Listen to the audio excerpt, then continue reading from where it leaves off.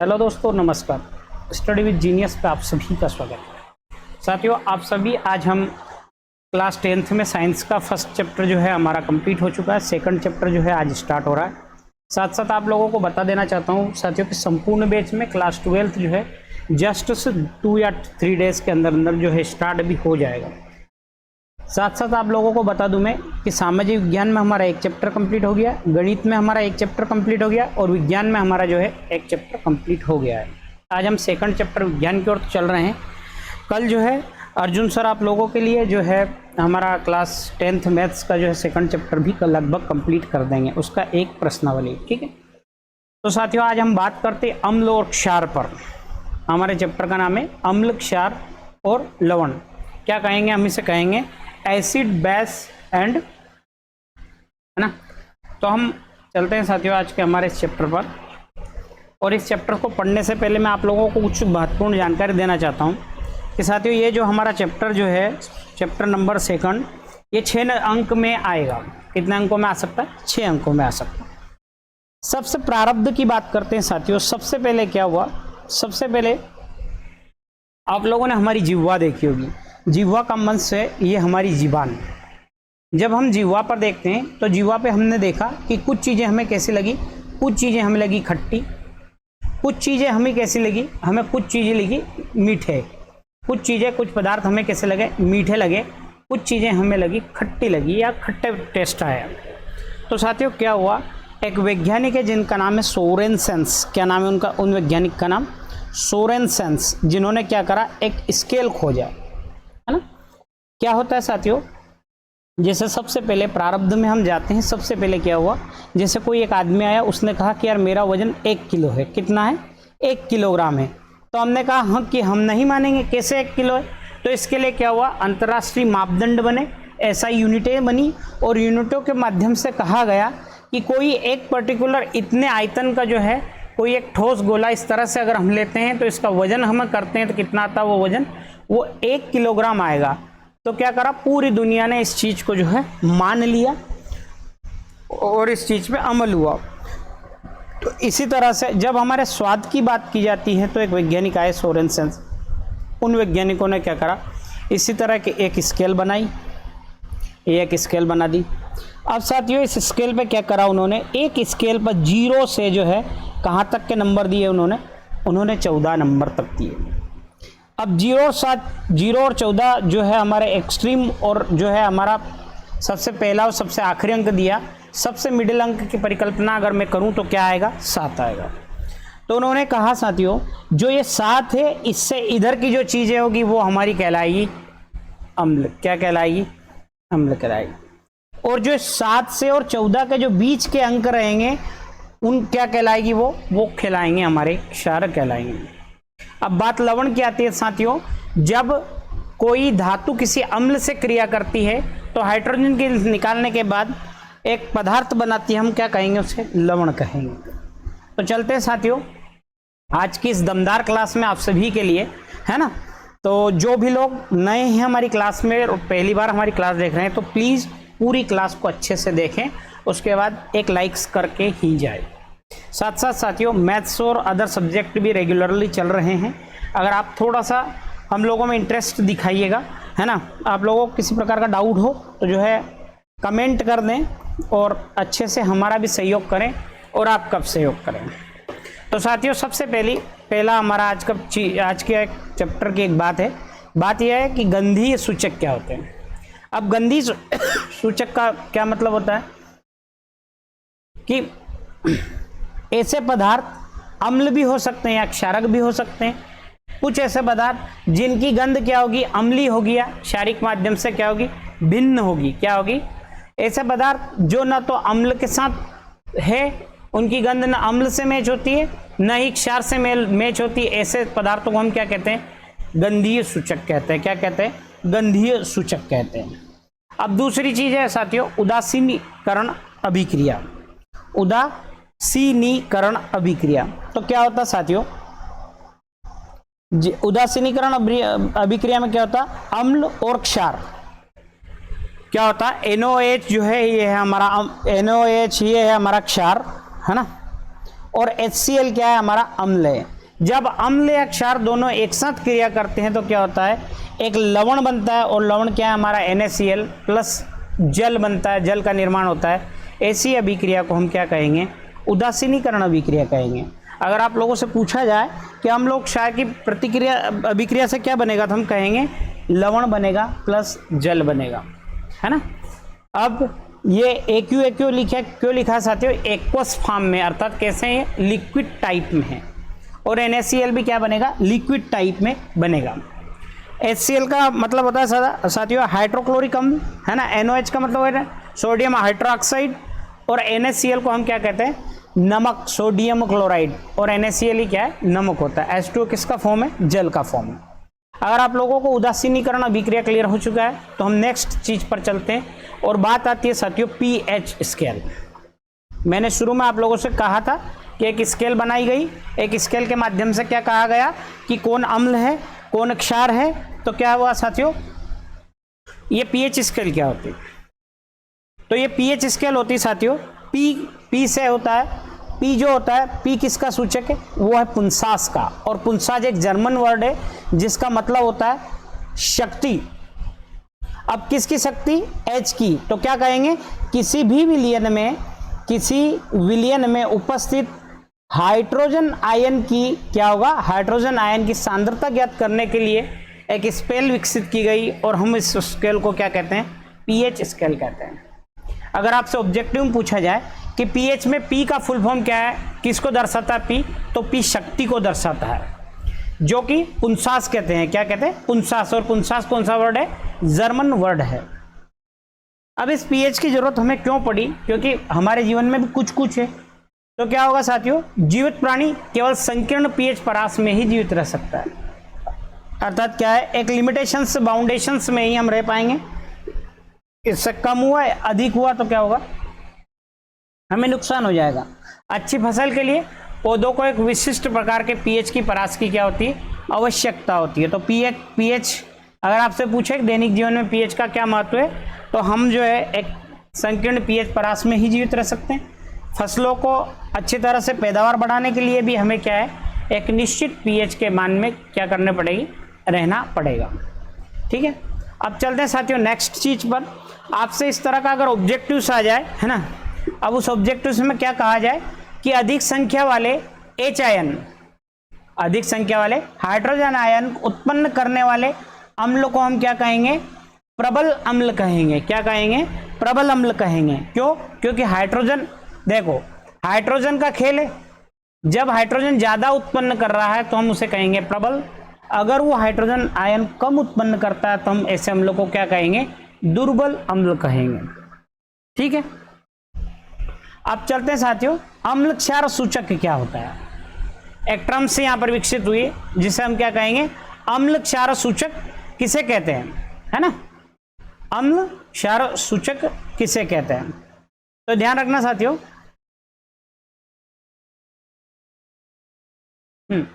वे प्राकृतिक या संश्लेषित रसायन जो अम्ल एवं क्षार की उपस्थिति को क्या करते हो, सूचित करते हो।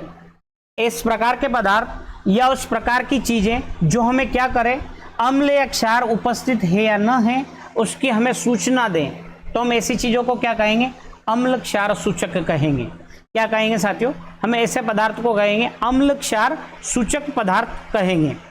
क्यों, क्योंकि जो जिस पदार्थ की सूचना हमें देगा हम क्या कहेंगे, उसे अम्ल क्षार सूचक कहेंगे। अब अम्लीय वर्षा के बारे में आपसे अगर कोई प्रश्न पूछता है तो अम्लीय वर्षा का मान क्या होता है, कि pH की वैल्यू क्या होती है, ये मोस्ट इंपॉर्टेंट ऑब्जेक्टिव है और आता है भविष्य में हमेशा, हर एग्जाम्स में आपको याद रखना है। 5 या 6 से जो है कम, अगर वर्षा के जल का मान 5 या 6 से कम होगा तो हम ऐसी वर्षा को क्या कहेंगे साथियों, अम्लीय वर्षा कहेंगे। और सी अम्लीय वर्षा के कारण जो है हमारे हिमालय, जो है हमारे आगरा के ताजमहल का क्षरण भी हो रहा है, इससे अनेकों नुकसान होते हैं। इसके बारे में डिटेल्स जो है आपके सोशल साइंस में पढ़ाया जाएगा। ठीक है, अब चलते हैं साथियों नेक्स्ट चीज पर। अगली जो चीज है, अब हम अम्ल और क्षार के बारे में थोड़ी थोड़ी सूचनाएं पढ़ चुके हैं, लेकिन अम्ल किसे कहते हैं, है ना, उसको काफी डिटेल्स में पढ़ते हैं। तो क्या होता है साथियों, अम्ल क्या होते हैं, अम्ल और क्षार में अगर अंतर भी पूछते हैं तो मैं जो चीज़ें पिन पॉइंट भी लिखवा रहा हूँ, अगर आप यहाँ से अम्ल को भी कंप्लीट कर लेते हैं, वहाँ से क्षार को कंप्लीट कर लेते हैं, तो इनके बीच में अंतर लिखना, सब चीज़ें आप लिख सकते हो। अगर आपको अम्ल के बारे में अगर कोई पूछता है तो आप अच्छे से बता सकते हैं अम्ल क्या होते हैं। अम्ल स्वाद में क्या होते हैं, खट्टे होते हैं।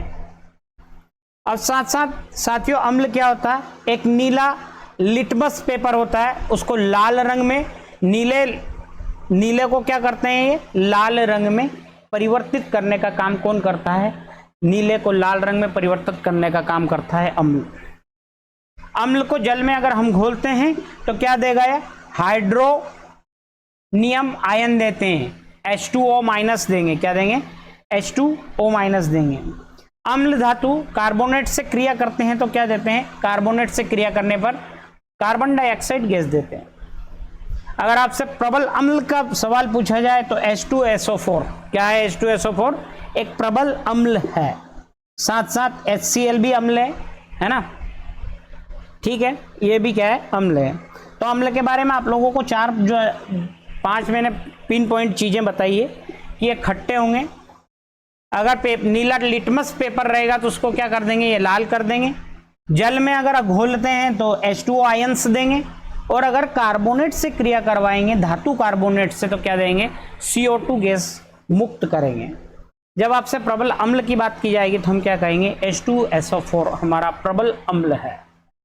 ओके, अब साथियों हमारे जो चैप्टर का नाम था उसका एक भाग हमने पढ़ लिया कि अम्ल क्या होता है। अब हम दूसरी चीज पर जाते हैं कि क्षार भी क्या होता है। तो मैंने कहा था कि अम्ल जो है खट्टे होंगे, तो क्षार क्या होंगे, ये कड़वे होंगे। क्या होंगे, कड़वे होंगे। और वो नीले को लाल में परिवर्तित कर रहे थे, तो ये लाल को किस में परिवर्तित कर देंगे, नीले में परिवर्तित कर देंगे। क्षार को जब हम जल में घोलते हैं तो क्या देंगे, हाइड्रोक्सिल अम्ल देंगे, आयन देंगे, या क्या देंगे, OH। क्या देंगे, क्षार धातु कार्बोनेट से क्रिया करने पर क्या करते हैं, CO2 मुक्त जो है नहीं करते हैं। जब प्रबल क्षार की बात की जाती है तो NOH, सोडियम हाइड्रोक्साइड हमारा क्या है, प्रबल क्षार है। एक बार फिर से रिवीजन कर लीजिएगा। क्षार हमारे जो स्वाद में कड़वे रहते हैं। अगर लाल लिटमस पेपर की बात करते हैं, इसको नीले में परिवर्तित कर देंगे। जब हम जल में घोलेंगे तो OH आयन देंगे हमें। साथ साथ धातु के कार्बोनेट से अगर हम क्षार की क्रिया करते हैं तो किसी प्रकार की कार्बन डाइऑक्साइड गैस जो है विसर्जित नहीं करेंगे। प्रबल क्षार की बात करते हैं तो NaOH, सोडियम हाइड्रोक्साइड जो है हमारा प्रबल क्षार है। चलते हैं साथियों अगले भाग पर। तो अगले भाग में क्लोरो क्षार अभिक्रिया क्या कहलाती है। तो क्लोरो क्षार अभिक्रिया किसे कहते हैं साथियों, जब सोडियम क्लोराइड के जलीय विलयन में विद्युत धारा प्रवाहित की जाती है। क्या किया जाता है, जब सोडियम क्लोराइड, मैंने पढ़ा था NaCl, तो सोडियम क्लोराइड का जलीय विलयन है, उसमें विद्युत धारा प्रवाहित की जाती है, तो यह वियोजित होकर क्लोरीन गैस तथा सोडियम हाइड्राइड क्षार को क्या करते हैं, उत्पादित करते हैं। इस प्रकार की अभिक्रिया को क्या कहेंगे, क्लोरो क्षार प्रक्रिया अभिक्रिया कहते हैं। क्या करेंगे साथियों, सबसे पहले हमने क्या करा, सोडियम क्लोराइड अर्थात NaCl का जो है जलीय विलयन लिया, ठीक है। उस जलीय विलयन में हमने क्या करा, एक कैथोड को एनायन डालकर क्या करा, उसमें विद्युत धारा प्रवाहित करी, तो जो क्लोरीन गैस एक तरफ से निकल जाएगी, है ना। जब क्लोरीन गैस निकल जाएगी तो यहाँ पर क्या बनेगा, सोडियम हाइड्रोक्साइड एक क्षार बनेगा NaOH। तो इस तरह की प्रक्रिया को हम क्या कहेंगे, क्लोरो क्षार अभिक्रिया प्रक्रिया कहेंगे। ठीक है, क्लियर हो गया होगा, नाम से स्पष्ट है। क्लोरो क्षार अर्थात क्या हो रहा है, क्लोरीन गैस, क्लोरो का अर्थ होता है क्लोरीन, है ना, क्लोरो का अर्थ होता है क्लोरीन, क्षार का क्षार निकला NaOH, निकला, तो यह गया क्लोरो क्षार अभिक्रिया। क्या हो गई, ये क्लोरो क्षार अभिक्रिया हो गई। ठीक है, अगले क्वेश्चन पे चलते हैं साथियों। फिर से क्वेश्चन इस तरह से भी आ सकता है कि क्लोरो क्षार अभिक्रिया से आप क्या समझते हैं, इस तरह से आप लोगों को जो है प्रश्न आ सकता है। तो हम क्या कहेंगे कि NaCl या सोडियम क्लोराइड के जलीय विलयन में जब हम विद्युत प्रवाहित करते हैं तो यह वियोजित होगा क्लोरीन गैस एवं सोडियम हाइड्रोक्साइड, और सोडियम हाइड्रोक्साइड क्या एक क्षार है। तो इस तरह की प्रक्रिया को हम क्या कहेंगे, क्लोरो क्षार प्रक्रिया कहेंगे या क्लोरो क्षार अभिक्रिया जो है कहेंगे। ठीक है। अब साथियों, अब हमारा एक नेक्स्ट जो है पार्ट शुरू होता है। हम सबसे पहले बात करते हैं बेकिंग सोडा, ठीक है। बेकिंग सोडा हम अब 3 चीजें पढ़ेंगे और 3 चीजें वेरी IMP है। आप कह सकते हो कि 100 स्टार अगर आप देना चाहो तो दे सकते हो, क्योंकि अम्ल, क्षार और लवण वाले चैप्टर से मैं 3-4 चीजें पिन पॉइंट पढ़ाऊंगा। बेकिंग सोडा, धावन सोडा और प्लास्टर ऑफ पेरिस। इन 3 चीज़ों से, इन 3 चीज़ों के उपयोग, इन 3 चीज़ों के फार्मूले, कहीं से आपको ऑब्जेक्टिव्स बन सकता है, कहीं से क्वेश्चन बन सकता है। तो इस तरह के मतलब आप लोगों को कहीं ना कहीं ये सारी चीज़ें, इनसे बाहर अब जाने वाला जो है नहीं है। तो सबसे पहले साथियों बात करते हैं बेकिंग सोडा किसे कहते हैं। आप अगर गांव से बिलोंग्स करते हैं, घर देखा होगा तो आपके घर में एक सोडा पाया जाता है जिसे कहते हैं गांव में मीठा सोडा। तो मीठे सोडे को हम क्या कहते हैं? मीठे सोडे को हम कहते हैं बेकिंग सोडा। तो क्या होता है साथियों, बेकिंग सोडा आमतौर पर रसोई घर में स्वादिष्ट पकोड़े, खाना आदि बनाने में जो है इसका उपयोग किया जाता है। कभी कभी इसका उपयोग खाने को शीघ्रता से पकाने के लिए भी किया जाता है। जो मीठा सोडा होता है, आप लोगों ने एक चीज़ देखी होगी, गुजराती चीज़ में बोलते हैं भापला। नहीं, आपने जैसे केक देखा होगा, केक का जो नीचे वाला, जो पेस्ट्री से नीचे वाला जो हिस्सा रहता है वो किस तरह से खमण जैसा रहता है। वो खमण और ये चीज़ें किससे पकाई जाती है? तो इसी सोडे से पकाई जाती है। अगर इस सोडे का आपको कोई रासायनिक का नाम पूछता है इसका, तो क्या कहेंगे? सोडियम हाइड्रोजनेटेड कार्बोनेट कहेंगे। क्या होगा? CO3 होता है साथियों कार्बोनेट, है ना। CO3 क्या होता है हमारा? कार्बोनेट होता है। और Na क्या होता है? सोडियम। साथ साथ इसमें हाइड्रोजन मिक्स है या नहीं? तो हाइड्रोजन मिक्स है। तो इसका नाम मैं यही सिखा देता हूं आप लोगों को। तो हम क्या कहेंगे? Sodium hydrogenated hydrogen carbonate. क्या कहेंगे? Sodium hydrogen carbonate. इसको बनाने में सोडियम क्लोराइड NaCl का उपयोग एक मूल पदार्थ के रूप में किया जाता है। साथ साथ इसमें क्या डाला जाता है? H2O जल, CO2 carbon dioxide, NH3 sodium, ये नाइट्रोजन हाइड्रोक्साइड। ये 3 चीजें जो है इसमें मिलाई जाती हैं। तो साथ साथ क्या बनता है? NH4Cl प्लस NaHCO3 और NaHCO3 ही हमारा क्या होता है? बेकिंग सोडा होता है।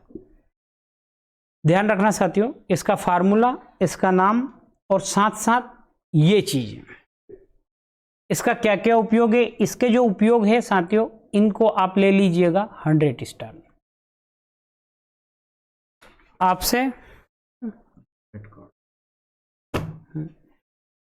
आप लोगों को ध्यान रखना है कि इसमें क्या होता है साथियों, इसमें क्या होता है बेकिंग सोडा में, कि इसके उपयोग 100 स्टार आते हैं। तो इसके उपयोग क्या, कहाँ किए जाते हैं? प्रमुख उपयोग बेकरी में उपयोग आने वाले बेकिंग पाउडर बनाने में होता है ना। बेकरी के जितने भी उपयोग है उसमें बेकिंग पाउडर का उपयोग होता है। साथ साथ सोडा अम्ल अग्निशामक में किया जाता है। इनका उपयोग एंटीसिड के रूप में किया जाता है। साथ साथ सोडा अम्ल अग्निशामक में भी किया जाता है। अर्थात क्या करा है? आग बुझाने में, है ना। एंटीसिड अर्थात आप लोगों को किसी प्रकार के गैसी प्रॉब्लम हो गई हो तो हम क्या कहेंगे? उसमें भी जो है इस सोडे का उपयोग किया जाता है। अब दूसरी चीज है धावन सोडा। तो क्या होता है साथियों, बेकिंग जो सोडा होता है ना, बेकिंग सोडे को गर्म करके सोडियम कार्बोनेट बनाया जाता है ना। अब सोडियम कार्बोनेट के पुनः क्रिस्टलीकरण होने से क्या बनता है? धोने का सोडा बनता है या धावन सोडा बनते हैं। तो क्या होता है साथियों, ये हो गया Na2CO3 सोडियम कार्बोनेट, उसका पुनः क्रिस्टलीकरण किया तो Na2CO3.10H2O। और यह क्या है? एक क्षारीय लवण है। क्या है? एक क्षारीय लवण है। इसका फार्मूला भी याद रखना। साथ साथ इसके उपयोग, तो इसके उपयोग फिर से 100 स्टार है। कितने हैं इसके उपयोग? फिर से 100 स्टार है। तो इसका उपयोग कहाँ कहाँ किया जाता है? कांच, साबुन और कागज उद्योगों में किया जाता है, अपमार्जक के रूप में, डिटर्जेंट जिसे कहते हैं सोडा बनाने में, है ना। साथ साथ कांच, प्लास्टिक सोडा, साबुन, बोरेक्स आदि के निर्माण में किया जाता है। इसका उपयोग घरों में सफाई के लिए भी किया जाता है। क्या ही किया जाता है? घरों में सफाई के लिए भी जो है इसका उपयोग किया जाता है। तो आज के लिए इतना ही काफ़ी है साथियों। तो आप लोगों को एक बार फिर मैं बताना चाहता हूँ कि हमारी संपूर्ण बैचेस जो है चल रही है। 20 मई से क्लास 10th स्टार्ट हो गई है। क्लास 12th जो है 1 जून से स्टार्ट ना हो पाई है, तो 5 जून से जो है आप लोगों के लिए रेगुलर क्लासेस स्टार्ट हो जाएगी। 9 से 11 जो है 1 जुलाई को स्टार्ट हो जाएंगे। साथ साथ thank you for visiting, thank you for watching साथियों। और साथ साथ आप लोगों को एक महत्वपूर्ण सूचना यह है कि जो है आप लोगों के पूरक एग्जाम परीक्षा अर्थात सप्लीमेंट्री के एडमिट कार्ड जो है आ चुके हैं, है ना। जिन लोगों ने भी एडमिट कार्ड डाउनलोड नहीं करें, प्लीज अपने डाउनलोड कर लीजिएगा, ठीक है। क्या हुआ है? एडमिट कार्ड आ चुके हैं। किसके एडमिट कार्ड आ चुके हैं? सप्लीमेंट्री के एडमिट कार्ड जो है आप लोगों के आ चुके हैं। तो आप लोगों से रिक्वेस्ट है कि जिन लोगों ने एडमिट कार्ड डाउनलोड नहीं किए वो जल्द से जल्द एडमिट कार्ड जो है डाउनलोड कर लो। तो आज के लिए इतना ही काफ़ी है मेरे साथियों। मिलते हैं अगले सेशन में और एक अगली एनर्जी के साथ। प्लीज़ अगर आपको क्लास अच्छी लगी हो तो प्लीज़ एक